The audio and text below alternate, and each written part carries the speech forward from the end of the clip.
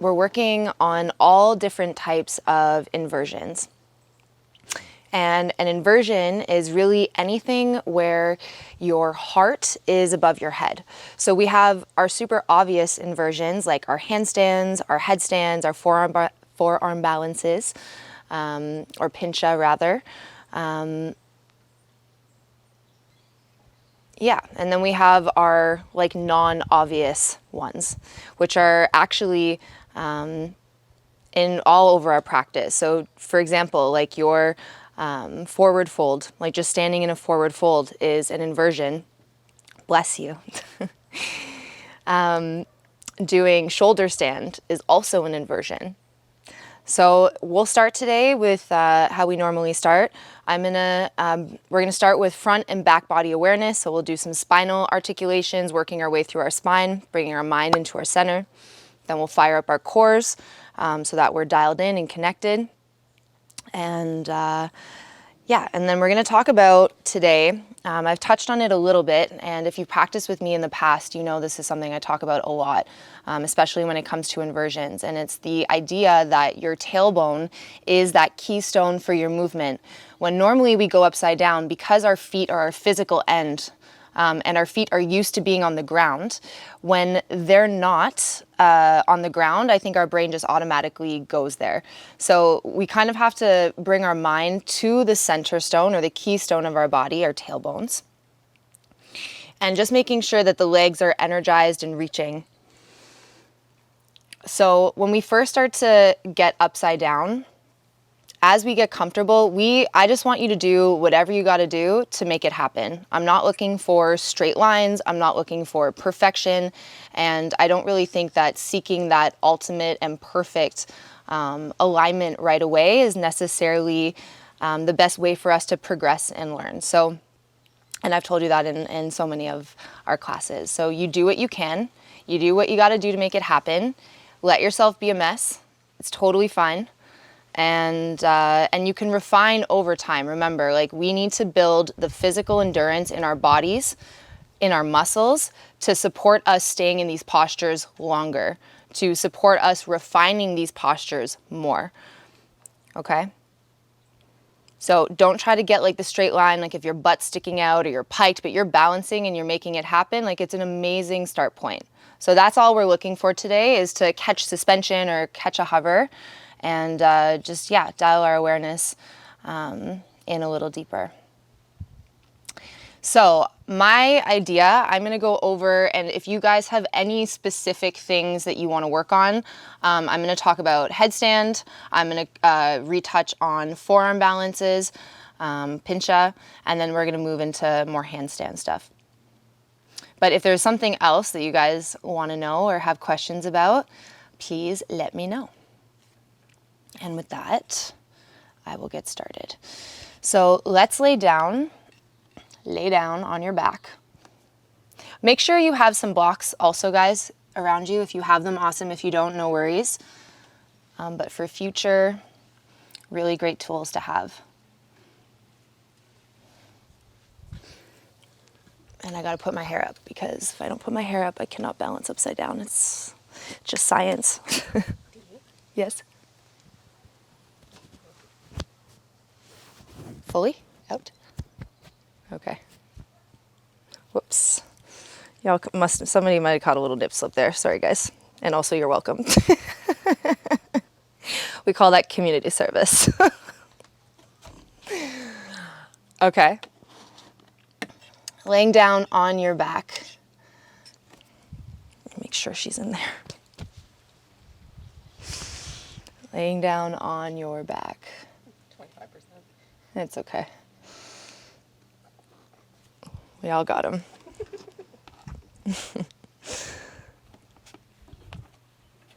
Okay, y'all, so laying down. Soles of your feet together, knees wide, eyes closed.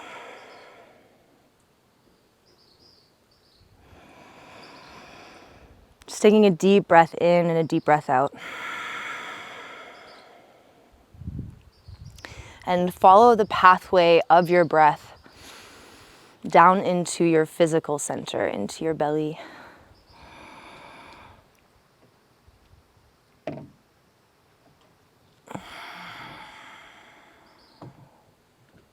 Bringing your awareness to your midline, where both sides of your body meet, and center.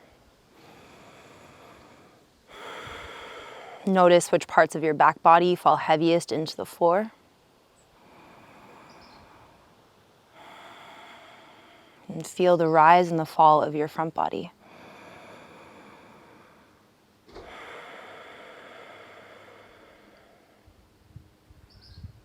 Do the opposite with your legs. Let your knees fall inward, take your feet wide. And kind of encourage the knees to slide forward towards the top of your mat.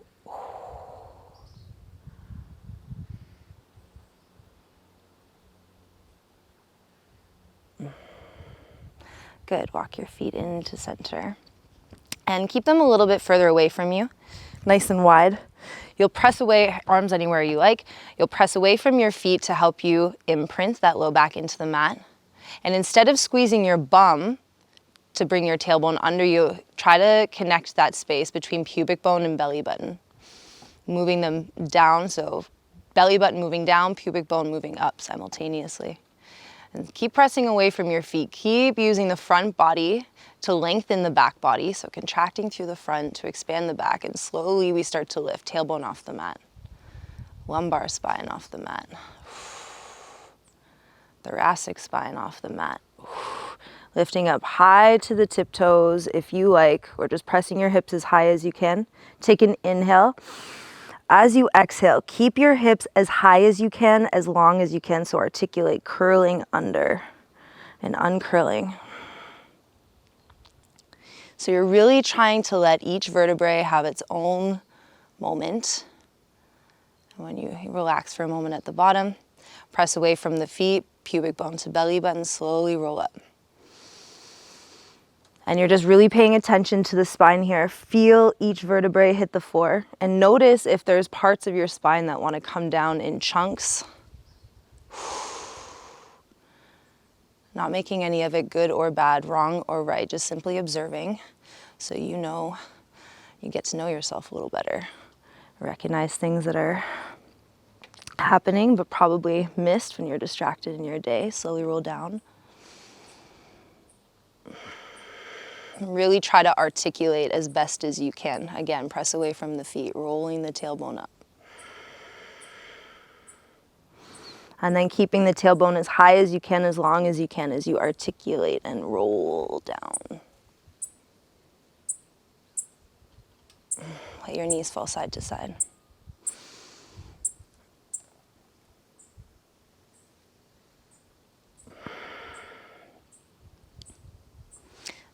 All right. Cross your right leg over top of your left. Arms reach up. Right arm under, left arm over. Reach your fingers behind you. Walk your toes. So something about these abs. Closer toes, less intense, less deep. Still work, still super hard, but not as intense. Okay? If you want to take up the intensity, you walk your toes a little bit further away from you, just increasing the space. Breathe in, stretch the front body. Exhale, contract, and lift both ends at the same time. Good, and down. Back up for 2. Inhale down. Back up for 3. And down. 4. And down. 5. And down. 6. And down. 7. Inhale. 8. And down. 9. And down. Last one, 10, and hold. Run towards it, not from it. Lift the shoulders higher. Press the forearms higher. Float the tailbone a little more. 3, 2, and release. Open up your arms. Let your legs fall over to the left. Turn your eyes to the right. You can unravel your legs if you like, if the stretch is too deep.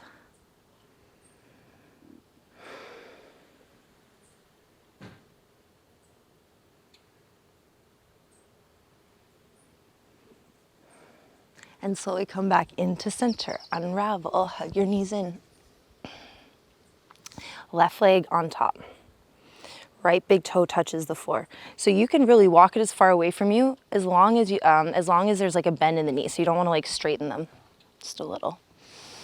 Okay, so another thing to remember, like what side, what arm. Your same side is always closest. So if the left leg is on top, the left arm will be underneath. And that's in your eagle pose as well when we're doing this standing. Inhale, lengthen. Exhale, contract. 10. Inhale down. And remember, don't let it go at the bottom. Don't like collapse. You stay engaged. Exhale, round and curl back up for 2. Good. Inhale down. Back up for 3. And down. 4. And down. 5. And down. 6. And down. Last 3 are always the hardest. Stay with it. 3. Inhale down. 2. And down. Last one. Hold. Run towards it. Keep lifting for 3. 2. Okay, open up your arms and let your legs fall over to the right. Eyes to the left.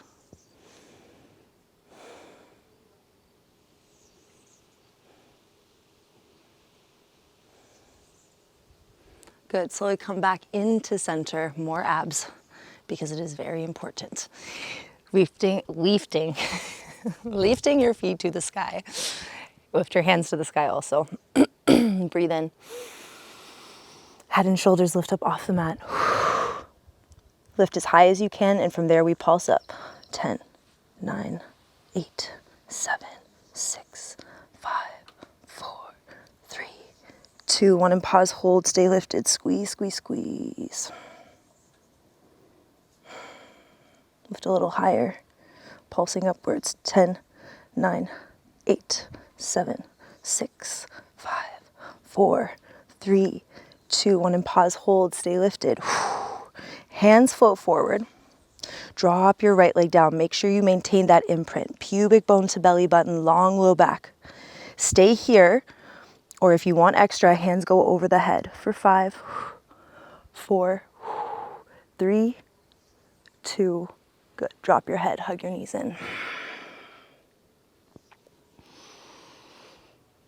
Ebb and flow between ease and effort. It's always equal parts, ease and effort. You get too rigid, too hard, it does not happen. Reaching up. Breathe in. Head and shoulders off the mat. Pulsing upwards. 10, 9, 8, 7, 6, 5, 4, 3, 2, 1, and hold, pause, stay up, squeeze the upper ribs in, pull the belly down. 10 more. 10, 9, 8, 7, 6, 5, 4, 3, 2, and 1. Stay up. Float the hands forward. Drop your left leg down. Find your imprint. Pubic bone to belly button, long low back. Stay here and hold it, or reach the hands over the head. 5, 4, 3, 2, head down, feet up, hug it in. Rock and roll. Cross your ankles, plant your hands, find your way back to down dog. Now, it's gonna be very tempting here to like really go into the front body expansion in your down dog.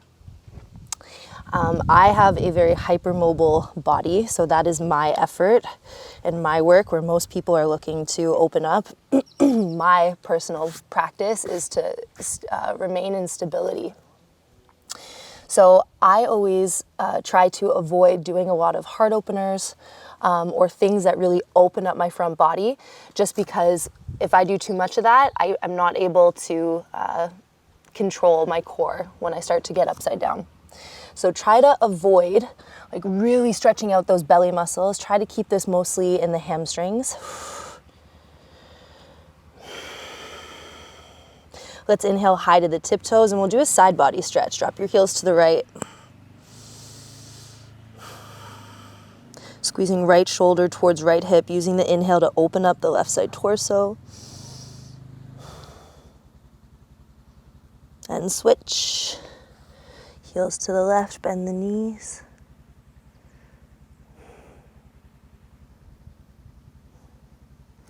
Inhale, high to tiptoes, roll your sit bones a little higher, melt your heart a little bit closer. Try to squeeze those upper ribs in, even from here. Relax your neck. We hold for 3. We hold for 2. We press forward, high plank. So hips and shoulders, same height. You got it. Pubic bone to belly button, longer low back. Holding here for 3, for 2, and for 1. Keeping your shoulders lined up over elbows and elbows over wrists. As you inhale, you'll lift higher to the tiptoes. Lift your hips high. Press away from the hands. Squeeze your upper ribs in. And then exhale, press the heels back, wrap your elbows back, pull your heart forward. Inhale. Fill up like you've been filled with helium. Exhale, press back. Keep going. 3, press down to go up. And back. Strong legs. Everything is working to support the whole press. 4. And back. Last one. Round and curl, hold. Press out of the shoulder joints. Resist gravity. 3, 2, and 1. Flip your tailbone. Go back, down dog. Try not to get too deep into that front body stretch. Wrap your elbows down. Send your inhales into your back body. And notice how if you inhale into the back body, the upper ribs naturally want to anchor in. Good, move forward, high plank and pause, hold. Work your way down to your forearms. So I want you to notice something here. Let's drop the hips below the shoulders and sink down. So do the opposite of everything I always tell you to do. Just let yourself sink. Now do the opposite. Tailbone under, upper ribs in, and resist the floor. Press down to go up. Good. Now we're just using the shoulders. You're going to sink down and press and rise as much as you can out of those shoulder joints. Good. Down. Shoulder blades together. Shoulder blades separate. Good. 3 more. 3. And up. 2. And up. 1. Press up and hold. 5. 4. Squeeze those legs. 3. 2. Drop your knees. Child's pose. Deep breath in. Big breath out. Okay, slowly come up, tabletop. One more thing we're gonna do before we go into our inversion work. You're gonna come up and lay down on your back. So there's this idea of like weight and counterweight, very similar to when we do our arm balances in our crow pose. So once you get crow, you're like, oh, this isn't at this much. Once you understand it, it's less about strength. You do need a certain amount of strength to get it, but it's more about weight and counterweight. And your inversions are very similar to that as well. So this is a great exercise, especially if you're starting to work into your presses and your press handstands. So I come into shoulder stand. You can take your hands to your low back or to the ground. Sorry, this is plow pose. And you want to just play with, notice how my tailbone goes back away from me to counter the weight of my legs. As I start to lift my feet up, my tailbone and my hips move closer to my face. So you can actually control the speed and weight of your legs with that tailbone. So as the legs drop, send your tailbone away from your face. And then press down, lift the hips up. Again, slow.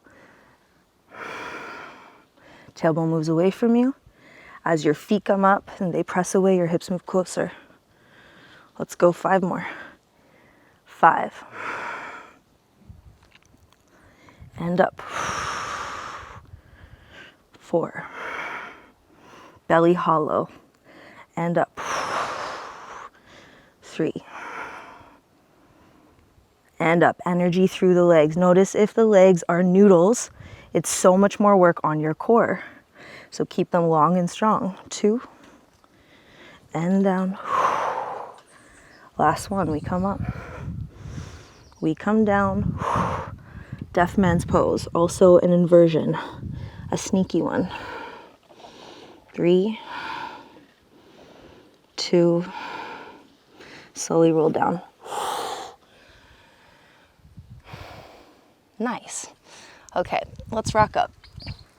So we're gonna start from the ground and then we'll work our way up. So our first inversion, we're gonna work on our tripod headstand. And let me just see, I wanna know where everyone's at.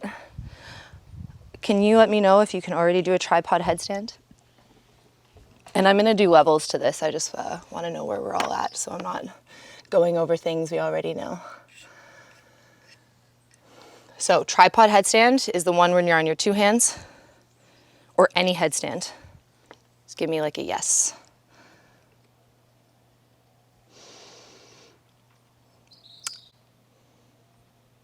Okay.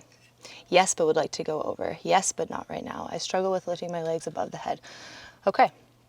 So it will be easiest for you guys if you are close to a wall. A lot of going upside down is kind of like a psychological thing for us too. I've had a lot of students that are generally terrified to put weight on their head, or they have this fear that like they need to protect their head, and no, that's just like, that is normal and that is your body's like defense mechanism, and it's okay. So yeah, make sure you're close to a wall.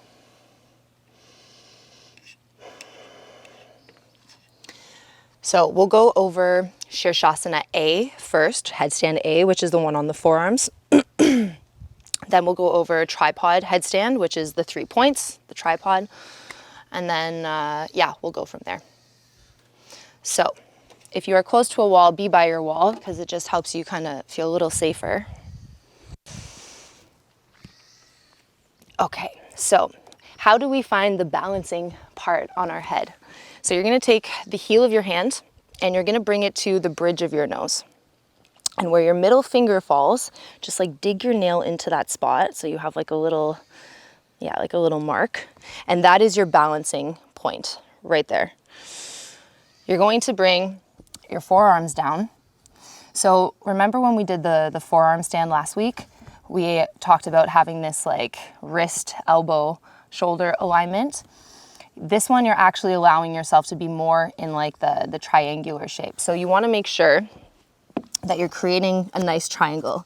You got to find that baby bear stance. So you don't want to be too wide, or else you're going to fall over, and too narrow, you're not going to be able to tap into the muscles of your shoulders and those stabilizers.